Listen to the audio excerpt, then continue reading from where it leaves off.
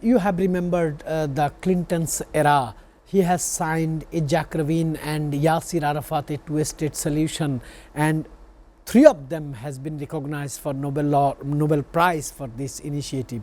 But later America has shifted its position during the Bush Jr. era. Biden, Obama did nothing, Biden did nothing. Now Trump is refueling Israel to attack and kill the civilian people. Do you think that agreement still is valid? Well, that has been blown with the wind. That's not there. Having said this, Clinton had initiated a discussion with the Palestinians and others, and I think it's a 13-point program that he gave them. And Clinton also told the Palestinians at that time that if you agree to this, it's on my desk. If you agree to this, then we can have a two-state solution right away. The Palestinians, and he said that my time is very limited because this is my 8th year, I will not be here anymore. And this is published in his book as an appendix. These points and other things are there. So, the Palestinians, problem is with the Palestinians also.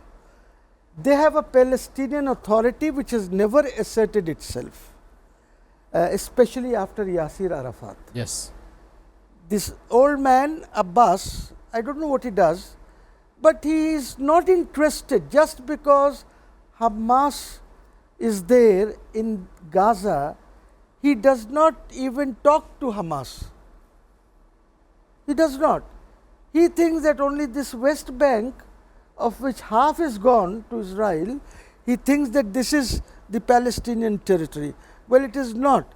Gazians have been fighting, and they will continue to fight as long as they can. That is why they are not negotiating, they are not coming up with the release of the hostages. Some hostages and the bodies are still with the Gazan. Around 55. 55, yes. They're still there. And Israel is desperate to Get them back. So that is where they are all stuck. Problem with Gaza, the government in Gaza is they want a long time solution. They are not interested in a ceasefire for 7 days, 1 month, give them the hostages, and then they come and take the entire Gaza Strip. They are not interested in that. So now the world is Stammer the other day, 2 days back, sitting in the golf club with Trump. Yes, sir. Across the table, they were having some snacks or whatever, just the two of them, one chair here, one chair there, and they have discussed this. Stammer has said that they are going to recognize the state of Palestine. It has now come from his mouth. The French president has said that they are going to recognize Palestine, but he will do it when he speaks to the General Assembly in September. Yeah. That is when he is officially going to announce. Yes. Stammer has not said anything like this. So I think at the end of the day, the French president in the General Assembly in September announces the recognition of Palestine, then EU will have no other option but to recognize Palestine, the entire EU, because France and Germany are the two leaders of the entire European Union. Absolutely. So that is now coming. We can see it is coming. That is why Netanyahu is a bit nervous on this, because if the French recognize the two-state theory, there is likelihood they will also start arming them.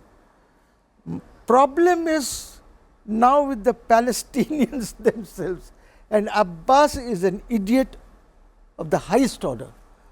He is doing nothing. I mean, he is not giving statements about the killing. It's good for nothing. In Gaza, no statements. What kind of a human being and a Muslim is Abbas? I don't understand. So this is where this conflict is. However, the Qataris are doing their best to stop it. And I think one of the reasons why the Qataris gave that $400 million aircraft to Donald Trump and many other things was essentially to bring him into good spirit so that they can work together in stopping this war. This is Sir, my reading. fair. But the Qatar Hamdan, whatever his name is, Muhammad Abbas. no, No, Qatari Hamdan. Emir. Hamdan. Hamdan, King Hamdan. he has come on television and said that I thought he's going to come here for negotiations, but it seems that he came here to extort as much as he could from the Qataris. He has gone, he's given a statement, you see. So this is where things stand. In this situation, as a very senior lawyer, you are engaged with political party, you are the chief of a political party. What would be your advice to the government, interim government, to the law and enforcement agencies or people, or to the general people, or to the political party? I have 4 stakes. Okay, number one, if the government in exile is formed and insurgency begins, then it will be a different ball game altogether. Now, since this has not happened, at this point Awami League is trying to reorganize itself. She is sitting in Delhi, she is in conversation with the people, and they are trying to reorganize. Now, if we can do something before that, so I say this on your television today, this government must be dismissed. There should be a proclamation of emergency. There should be another government directly backed by the armed forces of this country. This is a patriotic, these are very patriotic forces. And this government which comes under the banner of this proclamation of emergency, and you stop some of these things that are going on in the country, then I think what you can do is, you can, the moment this government comes within a week, the new government, within a week they should give a roadmap of all kinds of things that they want to do, starting from how do they look into the law and order situation, who do they talk to, how many police and other things they recruit, what do they do with the civil service, how do they bring the civil service towards their side, then you have to give a deadline for the elections. Yes, sir. And before that, you will have to decide whether you are, how much is PR you will do for elections, how much will be single constituency elections. So, you know, all kinds of things, and this is thing that can be done in 6 months' time, where the amendments will be of the constitution, because once you have the proclamation of emergency, what you do is, you either suspend this constitution or abrogate this constitution, and then you start afresh. So that will also weigh heavily on Sheikh Hasina and India. They will have to change their tactics then.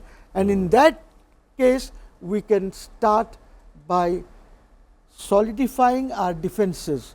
And I would go to China, if I am in the government, I will go to China and sign an agreement with them for training of our BGB.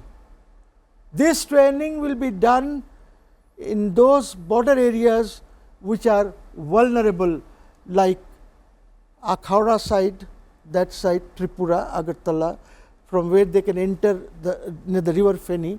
The training will be done there. I'll get people to come in into Kushtia side and other side where training will be done on the border, and our army will go in for exercises. They will be backing this government, but they will not be performing police duties. They will not perform police duties. They will back the army, they will go back to the borders and strengthen the defenses of Bangladesh.